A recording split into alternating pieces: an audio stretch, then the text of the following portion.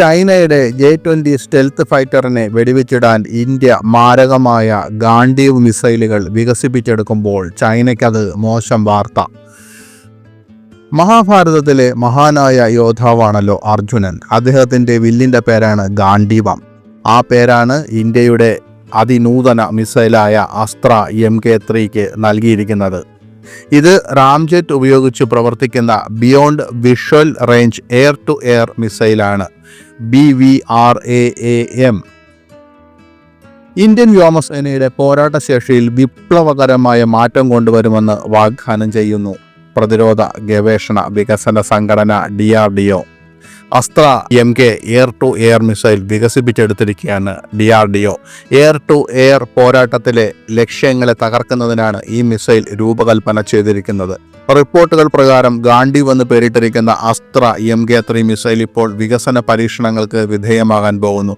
ഈ മിസൈൽ ഇന്ത്യയുടെ തദ്ദേശീയ മിസൈൽ വികസന ശേഷി ലോകത്തിന് മുന്നിൽ പ്രദർശിപ്പിക്കുക മാത്രമല്ല, ചൈനയുടെ PL-15, PL-17 പോലുള്ള നൂതന മിസൈലുകളെ പ്രതിരോധിക്കുന്നതിനുള്ള നിർണായക ചുവടുവയ്പ് കൂടിയാണ്.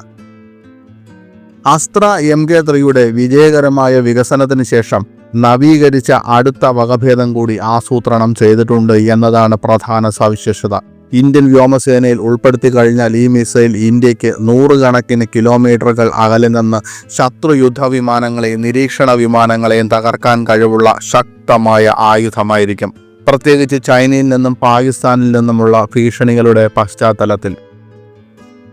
ഈ പുതിയ സാങ്കേതികവിദ്യ അസ്ത്ര MK2, MK3 എന്നിവയിൽ ഉപയോഗിക്കുമെന്നും അതുവഴി ഇന്ത്യയുടെ വ്യോമ പ്രതിരോധ സംവിധാനത്തിന് ശക്തമായ ഇലക്ട്രോണിക് യുദ്ധ പ്രതിരോധ ചട്ടക്കൂട് നൽകുമെന്നും DRDO അവകാശപ്പെടുന്നു. അസ്ത്ര MK3 മിസൈലിൻ്റെ ചില പ്രധാന സവിശേഷതകൾ ഇതാണ്. മഹാഭാരതത്തിലെ മഹാനായ യോദ്ധാവ് അർജുനൻ്റെ ശക്തിയേറിയ വില്ലായ ഗാണ്ഡീവ എന്ന പേരാണ് അസ്ത്ര MK3 മിസൈലിന് നൽകിയിരിക്കുന്നത്. അസ്ത്ര MK3 മിസൈൽ ഒരു ramjet power beyond visual air to air മിസൈലാണ്.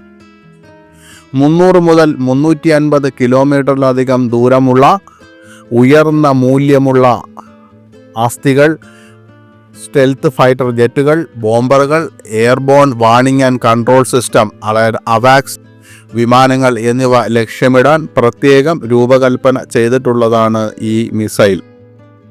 Astra MK3 മിസൈലിൽ DRDOയുടെ സോളിഡ് ഫ്യൂവൽ ഡക്റ്റഡ് റാംജെറ്റ് സാങ്കേതിക വിദ്യ സജ്ജീകരിച്ചിരിക്കുന്നു. ഇത് സൂപ്പർസോണിക് വേഗതയിൽ ദീർഘദൂരം സഞ്ചരിക്കാൻ ഇതിനെ പ്രാപ്തമാക്കുന്നു, അതായത് മാക് 4.5 വരെ.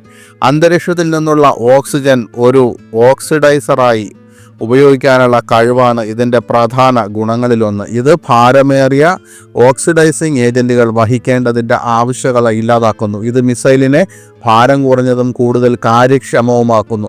ഇതിൻ്റെ റാംജെറ്റ് സാങ്കേതിക വിദ്യ ഇതിന് ത്രോട്ടിൽ ചെയ്യാവുന്ന പ്രൊപ്പൽഷൻ സംവിധാനവും നൽകുന്നു. ഇത് തത്സമയ വേഗതയും ശക്തിയും ചലനാത്മകമായി ക്രമീകരിക്കാൻ അനുവദിക്കുന്നു. ഇത് വേഗത്തിൽ മാറിക്കൊണ്ടിരിക്കുന്ന യുദ്ധ സാഹചര്യങ്ങളിൽ വളരെ ഫലപ്രദമാവുകയും വേഗത്തിൽ ചലിക്കുന്നതും വളരെ കൈകാര്യം ചെയ്യാവുന്നതുമായ ലക്ഷ്യങ്ങളെ ആക്രമിക്കാൻ പ്രാപ്തമാക്കുകയും ചെയ്യുന്നു. വിവിധ ഉയരങ്ങളിൽ നിന്ന് വിക്ഷേപിക്കാൻ കഴിയുന്ന തരത്തിലാണ് ഇതിൻ്റെ രൂപകൽപ്പന. വിവിധ തരം യുദ്ധവിമാനങ്ങളിലും ബോംബർ വിമാനങ്ങളിലും ഇത് ഉപയോഗിക്കാൻ കഴിയും. കണ്ണടച്ച് തുറക്കുന്ന വേഗത്തിൽ ലക്ഷ്യത്തെ തകർക്കുന്ന മിസൈലാണ് ഗാണ്ഡീവ. ഇന്ത്യയും റഷ്യയും സംയുക്തമായി വികസിപ്പിച്ചതാണ് SAFDR ടെക്നോളജി. 2013 തുടങ്ങിയ പദ്ധതി 2024 ആയപ്പോഴേക്കും അതിൻ്റെ പരിപൂർണതയിലെത്തി. 2024 ഡിസംബറിൽ SAFDR ടെക്നോളജിയുടെ ആദ്യ പരീക്ഷണവും നടത്തി. ഈ എഞ്ചിൻ ഉപയോഗിച്ചിട്ടുള്ള മിസൈൽ പരീക്ഷണം വലിയ വിജയമായിരുന്നു. കാഴ്ചയ്ക്കപ്പുറമുള്ള അതായത് ബിയോണ്ട് വിഷ്വൽ റേഞ്ച് ലക്ഷ്യങ്ങളെ തകർക്കാൻ സഹായിക്കുന്ന മിസൈലാണ് ഗാണ്ഡീവ. ചൈനയിൽ നിന്ന് പാകിസ്ഥാൻ സ്റ്റെൽത്ത് വിമാനമായ J-20 വാങ്ങിയാലും അവയ്ക്കുള്ള ഉചിതമായ മറുപടിയാണ് ഗാണ്ഡീവ. നിലവിൽ ഇന്ത്യയുടെ പക്കലുള്ളത് മെറ്റിയോർ മിസൈലാണ്. അതിനുള്ള മികച്ച ഇന്ത്യൻ ബദലാണ് ഈ ഗാണ്ഡീവ. നിരവധി വെല്ലുവിളികൾ അതിജീവിച്ചാണ് ഗാണ്ഡീവം എന്ന മിസൈൽ യാഥാർത്ഥ്യത്തിലേക്ക് എത്തുന്നത്.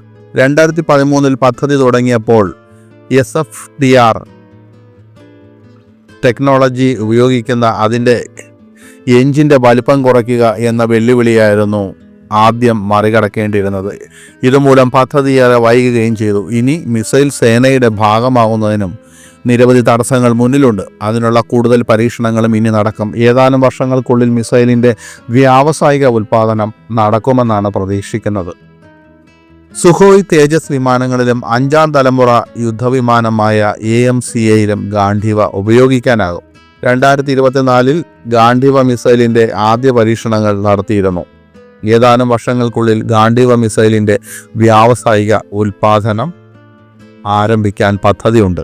ചുരുക്കത്തിൽ അസ്ത്ര MK3ക്ക് മാക് 4.5 വേഗതയിൽ 350 കിലോമീറ്റർ വരെ അകലെയുള്ള ലക്ഷ്യങ്ങളെ ആക്രമിക്കാൻ കഴിയും. ഇത് ഇന്ത്യയുടെ വ്യോമസേനയുടെ വളരെ മാരകവും ശക്തവുമായ ആയുധമാക്കി മാറ്റുന്നു. ഗാലിയം ആർസനൈഡ് അധിഷ്ഠിത AESA സീക്കറിന് അപ്പുറത്തേക്ക് നീങ്ങുന്ന അസ്ത്ര MK3യുടെ ഉൽപാദന മാതൃക ഇപ്പോൾ ഗാലിയം നൈട്രേറ്റ് അധിഷ്ഠിത സീക്കറുമായി പൊരുത്തപ്പെടുമെന്ന് റിപ്പോർട്ടുകൾ പറയുന്നു. ഗാൽ അധിഷ്ഠിത സീക്കറുകൾ ഉയർന്ന താപനിലയിൽ പ്രവർത്തിക്കാൻ പ്രാപ്തമാണ്. കൂടാതെ ഇലക്ട്രോണിക് ജാമിങ്ങിനെ ഗണ്യമായി കൂടുതൽ പ്രതിരോധിക്കും.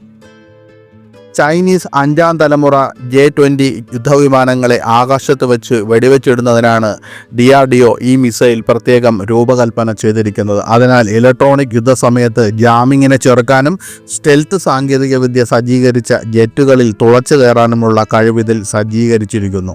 ചൈനീസ് PL-15ഉം PL-17ഉം PL-15 അവാക്സ് ടാങ്കറുകൾ, ശത്രു പോരാളികൾ തുടങ്ങിയ ഉയർന്ന മൂല്യമുള്ള ലക്ഷ്യങ്ങളെ നേരിടാൻ PL-15 രൂപകൽപ്പന ചെയ്തിരിക്കുന്നു.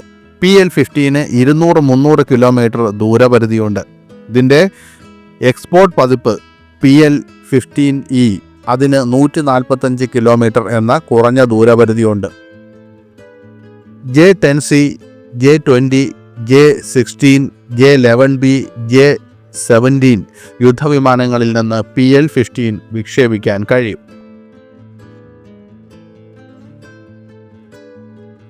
ഇനേർഷ്യൽ നാവിഗേഷൻ, ബെയ്ഡോ ഉപഗ്രഹ അപ്ഡേറ്റുകൾ, 2-വേ ഡേറ്റ ലിങ്ക്, AESA സാങ്കേതികവിദ്യയുമായി ഒരു സജീവ റഡാർ സീക്കർ എന്നിവ സംയോജിപ്പിച്ചിരിക്കുന്നു. പാകിസ്ഥാൻ വിക്ഷേപിച്ച ഇന്ത്യയിൽ ഒരു PL-15E മിസൈൽ കണ്ടെടുത്തു. ഇത് സാങ്കേതിക ചോർച്ചകളെക്കുറിച്ചുള്ള ആശങ്കകൾക്ക് കാരണമായി ഇന്ത്യ ടുഡേ റിപ്പോർട്ട് ചെയ്യുന്നു. കാരണം ചൈനയുടെ മിസൈലിനെ കുറിച്ച് ലോകം കൂടുതൽ ശ്രദ്ധിക്കുകയും അതിൻ്റെ സാങ്കേതികവിദ്യ ഇന്ത്യയിൽ നിന്ന് അവർക്ക് ലഭിക്കുമെന്നുള്ള വാർത്തകളൊക്കെ നമ്മൾ കണ്ടതാണ്. ഇനി PL-15 പരിധിക്ക് അപ്പുറമുള്ള അൾട്രാ ലോഞ്ച് റേഞ്ച് എൻഗേജ്മെൻറ്റുകൾക്കായി PL-17 രൂപകൽപ്പന ചെയ്തിരിക്കുന്നു. റിപ്പോർട്ടുകൾ പ്രകാരം ഈ മിസൈലുകൾക്ക് 400 കിലോമീറ്റർ പരിധിയുണ്ട്.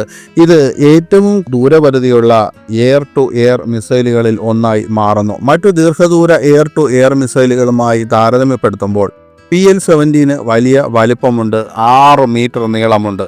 Inertial guidance, satellite navigation, data link, സജീവ റഡാർ, പാസീവ് സെൻസറുകൾ, IR ഹോമിംഗ് എന്നിവയുള്ള ഒരു ടെർമിനൽ സീക്കർ. ഇതിൻ്റെ ഇൻഡക്ഷൻ ഘട്ടം വ്യക്തമല്ല. ചില റിപ്പോർട്ടുകൾ ഇത് പരിമിതമായ ഉൽപാദനത്തിനാണെന്നോ കൂടുതൽ പരിശോധനയ്ക്ക് വിധേയമാകുന്നതായോ സൂചിപ്പിക്കുന്നു. J-6 സാധാരണയായി യുദ്ധവിമാനങ്ങളിലാണ് ഘടിപ്പിച്ചിരിക്കുന്നത്.